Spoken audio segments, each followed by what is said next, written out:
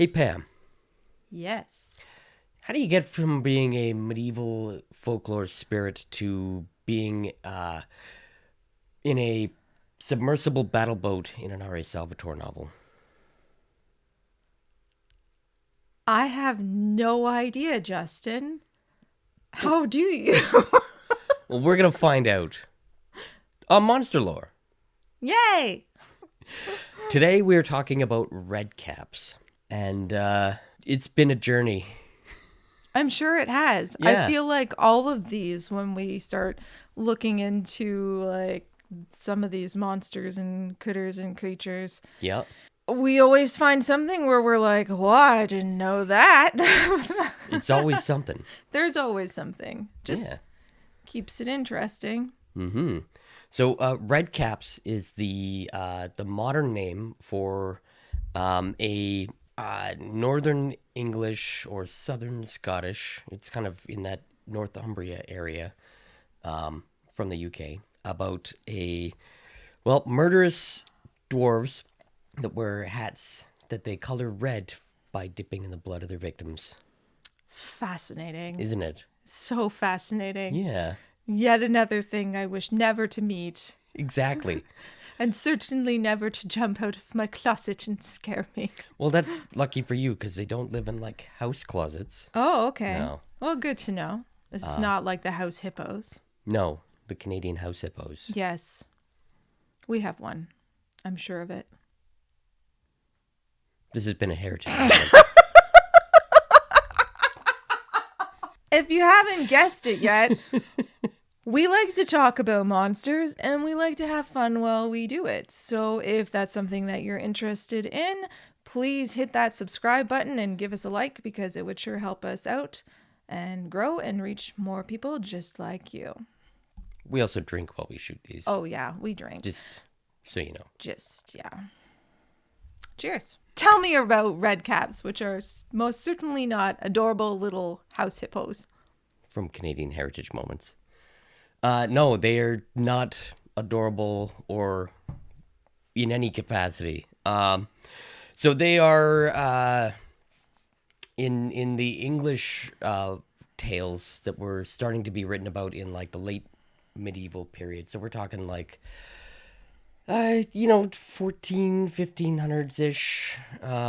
They're generally described as short, stout, old men, uh, almost always with beards, and they have large red, sort of satanic, demonic eyes because that was Of the course. fashion of evil things of the period. I feel like that's the fashion of all evil things. Yeah. You ever notice how now, where we're going through a period of time where all the evil things have black eyes? Yeah, like all black. All black. Yeah, no whites. Yeah. Yeah. You know, like all the demons on Supernatural, they have all black eyes, Yep. It's a thing. amongst other things. They're also really mean. Well, they're evil. Are you just talking about the Redcaps or just evil you know. things in general? The things with the red eyes and the all black eyes, yeah. Right. So, okay. So, demonic eyes. Yeah. And sometimes they say that they have like sharp teeth, but often they have like eagle talons for fingernails, and they have really gross hair because of the blood that they dip their caps in and then wear immediately. Something you don't think of is Yeah. what happens when you dip your hat into blood. What Yeah. happens to your hair? I guess it's moisturized technically. I feel like it would just be like coagulated and gross and sticky stinky. and sticky and gross Yeah. and decay and One of the- iron. It would smell like iron. Yeah. Like you could almost smell that. Yeah. Ugh. One of the descriptions I read described it as grisly, and that's sounds about right. Sure, true enough. So they almost like a lot of the English descriptions, at least, describe them as having as wearing heavy iron boots and almost always carrying like an iron pike, which is kind of interesting. I want to ask why iron. I'm not sure. Maybe that's like just what they used to call steel, unless it was specifically steel. Or maybe that's just what they had at the time, iron, and they didn't have an like easily accessible other metals, and Yeah. iron was just the most common thing. Yeah. I can't help make the correlation between, like I said, smelling like iron, like blood, that kind of smell, and iron weapons and iron boots. Maybe I mean, if you maybe were that is the correlation. if you were a writer, Yeah. I would definitely do that. I would. Sounds about right. Yeah. But that's just me. Depending on what sources you look at, they might call them dwarves or they might refer to them as goblins. For Redcaps, they were kind of interchangeable. It's interesting how that kind of terminology, like especially dwarves or even goblins. Goblins you see used a lot as anything to describe something that's small and mean. humanoid and mean and monstrous. Yeah. In that sense. We're going to come back to that. Okay. Yay! Yay! You already hit on a thing. Ooh, sorry. It's okay. We're going to come back to that. Stories say that they lived in abandoned castles or other buildings in the Northumbria region of England or like southern Scotland. And if they ever caught on to you like walking past or riding past, if they decided to chase you, you could not escape. Despite wearing heavy iron boots, you could not escape. Not ever? That's what the stories say. No one. Not even on horseback? That's Not even if you're an Olympic sprinter? These guys are breaking records? I guess, yeah. It's got to be magic. Sort of. And once we get more into this, you might make the connection for why. So we're gonna get there. We're gonna go I find that terrifying. on this journey. The yeah. whole An inescapable murder dwarf yeah. who wants to dip his cap in your blood. I just think, the nice thing about monsters sometimes is the fact that you can, run away from them possibly. Not these if you're ones. fast enough, but to never be able to escape something? Yeah. No thanks. Not friend-shaped. Not friendship. No. Friendship is not magic. Well, it might be, but just not with Redcaps. Unless you're another Redcap. Well, that part of the whole ecology is a little barren until you delve into perhaps D&D lore, because of course It all comes back to they're D&D. included in D&D. It all comes back to D&D. We'll also come back to D&D. I'm sorry, I'm interrupting. It's okay. So, while we call them Redcaps in English, they're also known as Powries or Dunters. Dunter is kind of a funny word. So, both of those names are Gaelic, like Scottish Gaelic. So that leads me to believe that they're actually way older than when the writings started for them. Yeah. That would make sense. Yeah. Before English-speaking people were around in that region. Before you had people writing things down and Yeah. you had just like verbal history and Exactly. stuff. Yeah. Dunter is also, interestingly, a slang word for a lot of things, but I guess the main one I found was porpoise. Like that's what you call a porpoise in that region. Not what I was expecting. Right? When Yeah, you're like, like- it's slang for something, I was thinking, oh God, what are you going to say? It's like, how bad is it? It's fine. Oh, it's just a porpoise. Yeah. This has been your Scottish heritage moment, I guess. Some Scots out there are like, no, it isn't. Yeah, it was slang for a lot of things.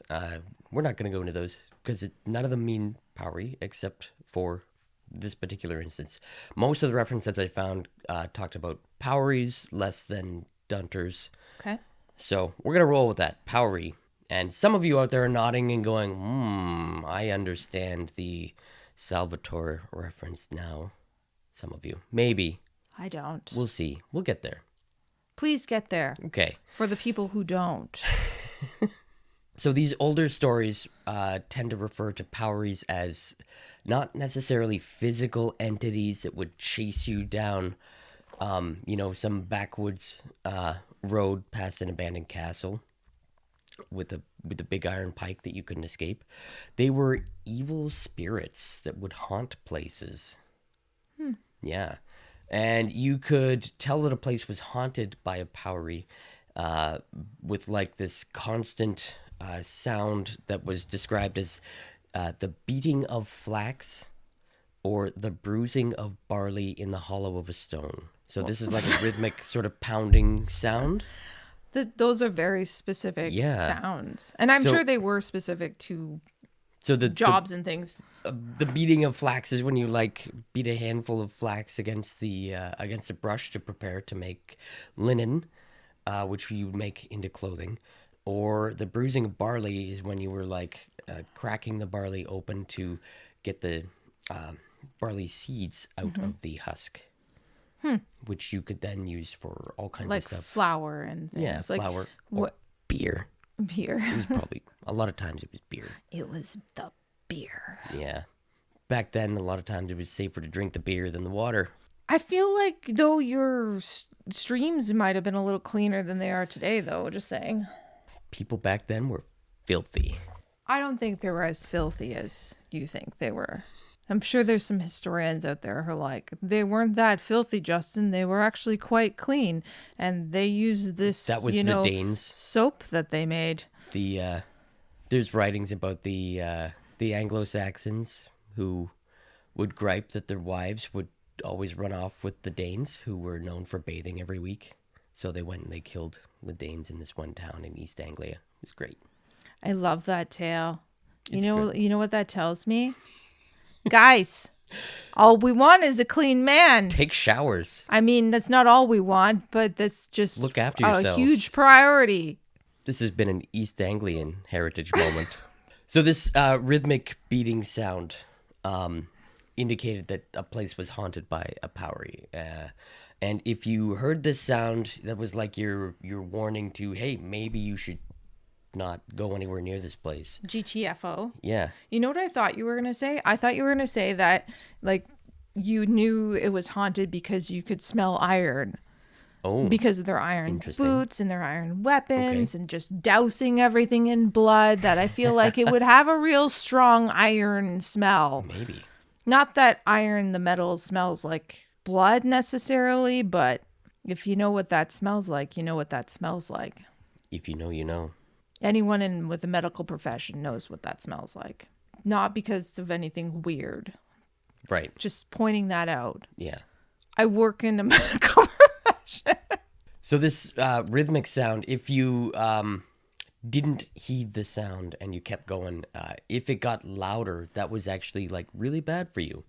Because if it got suddenly louder, that became an omen of bad luck, misfortune, or possibly even death. I was going to say, and not death? And yes, of course, death. I would think if the pounding rhythmic noise is getting louder, the thing is upon you. Yeah. And you should be very afraid. Exactly.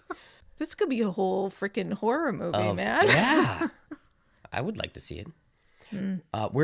For the moment, we're going to talk about other places. You know, because you got these little Redcaps. Yeah. And they're they're in Northumbria. Yeah. Or Scotland. So you got a bunch of tourists who like to visit Scottish castles and things. Yep.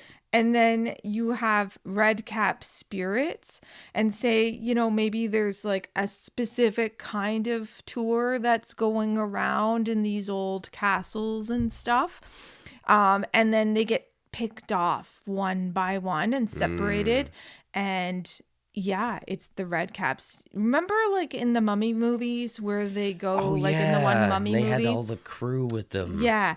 And then they go into that jungle area, and there were those little like pixie, the little cannibal, weird pygmy guys. Pygmy cannibal things. Yeah. Yeah. That, but more terrorizing.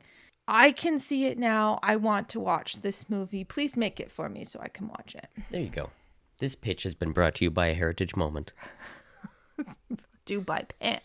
All right, so now is the part where we're going to talk about where you can find other references to Redcaps, or in some cases, Powries.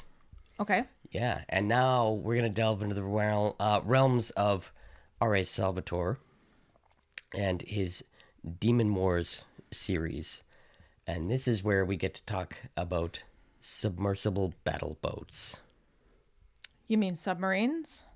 Not quite. Almost. So you're talking about submarines. Submarine adjacent. Okay, I'm just going to shut up and listen.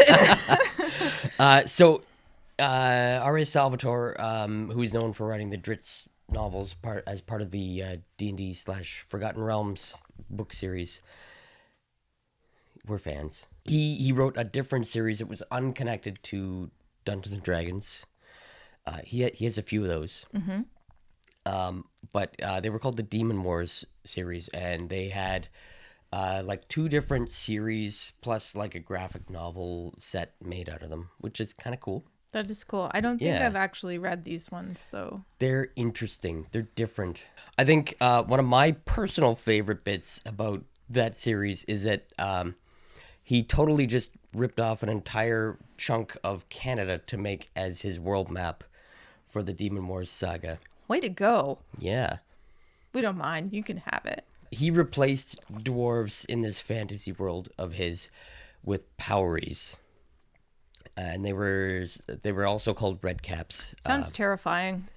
Yeah, they were basically like kind of like the Viking marauders of this world, but instead of longships, they had partially submerged battle boats.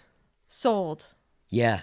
And they didn't row them, they pedaled them to drive a propeller Was he at the back. was he And did he write this with Terry Pratchett, or is it just No, this is all him. this is all him? It's fantastic. So they had like a snorkel that would stick up out of the water, and like just the bare top of the boat would stick up, and they had like some kind of navigator who would like peek out through like this little con tower thing, and they would like just rock up to some unsuspecting ship, crash the crap out of it. They would jump off of their pedals, race up the hatch, kick the crap out of whoever was on board, take their stuff, sink them all. You have like just the weirdest references sometimes. It's great. When we do these. But now I have to read these books. They were supporters of the big bad evil guys army, yeah, and that guy was called the Dactyl. They joined his armies to take over the human lands. It was pretty cool. Organized Redcaps. Did they still dip their caps in human blood? That's how they got and they were made out of human skin, of course. Of their and then hats died in human blood. Oh, yeah. Okay. Even better. That's great. So much fun. I'm imagining scenes in like this horror movie that I've imagined. Yeah. Now imagine all of that encased in a submersible battle boat for like a week or 2 That they on end. They Well, they're all pedal. yeah. Okay. They pedal. Sure. No sails. They pedal. It's great. And of course, like I mentioned before, they are in Dungeons and Dragons.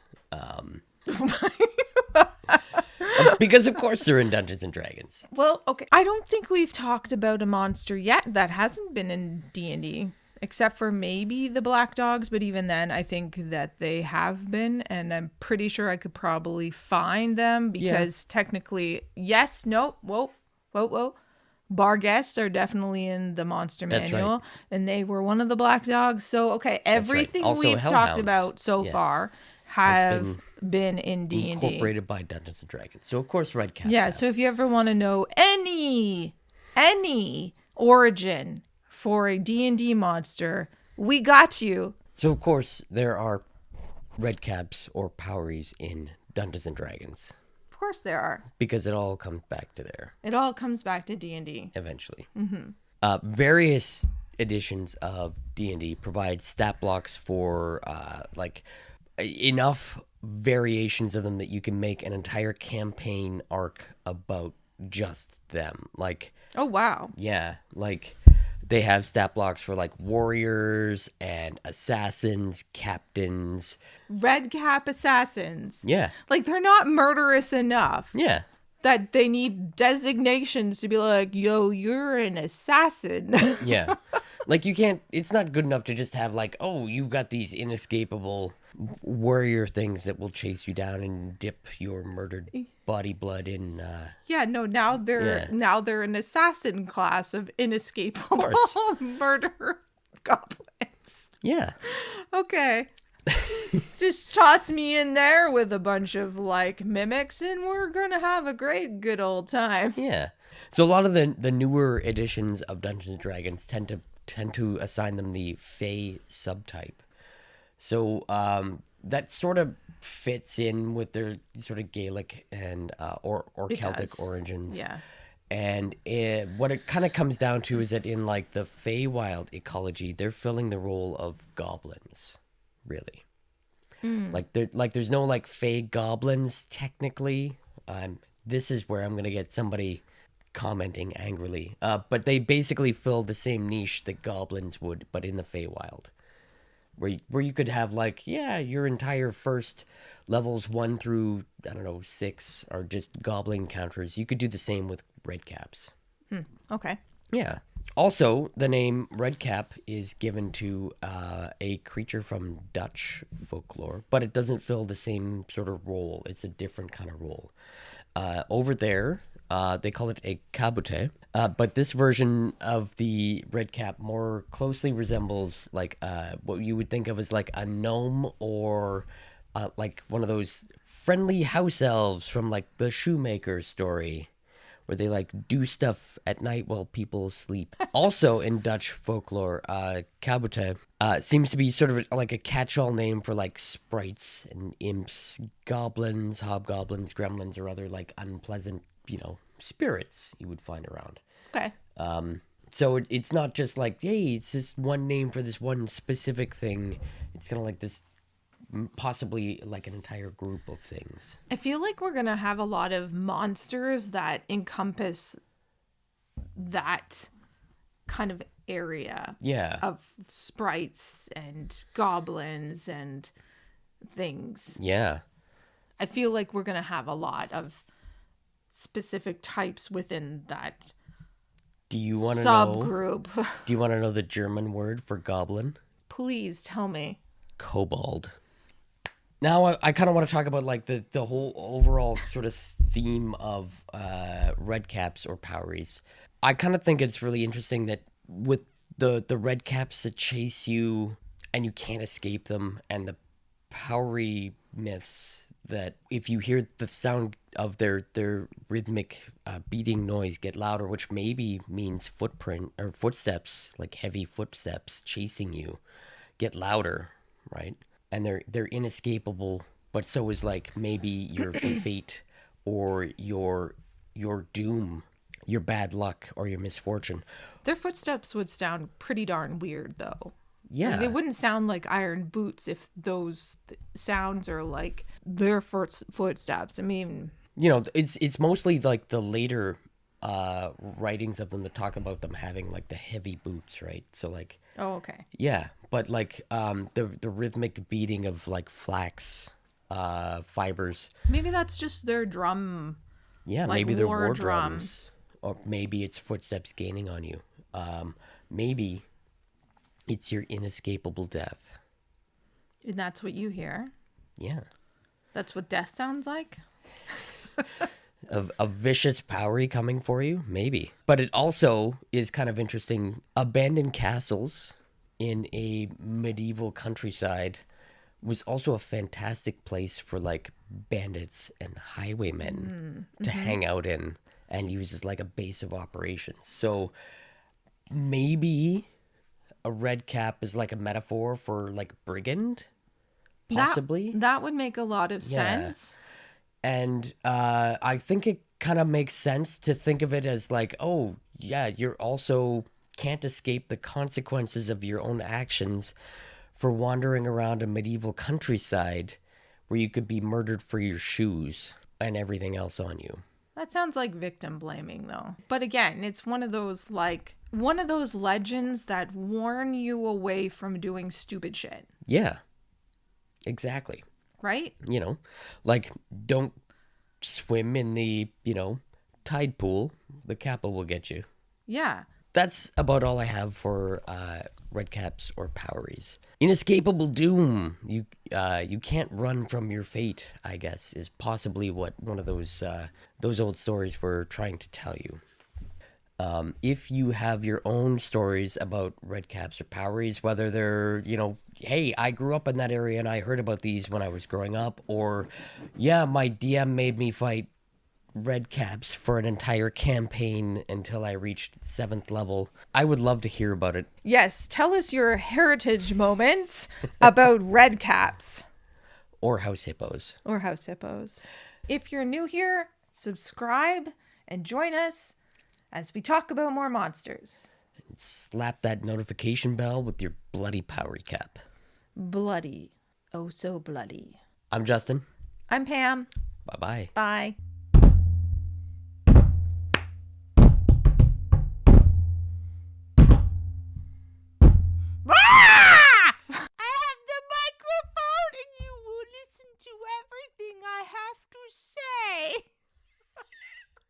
That had better make the cut.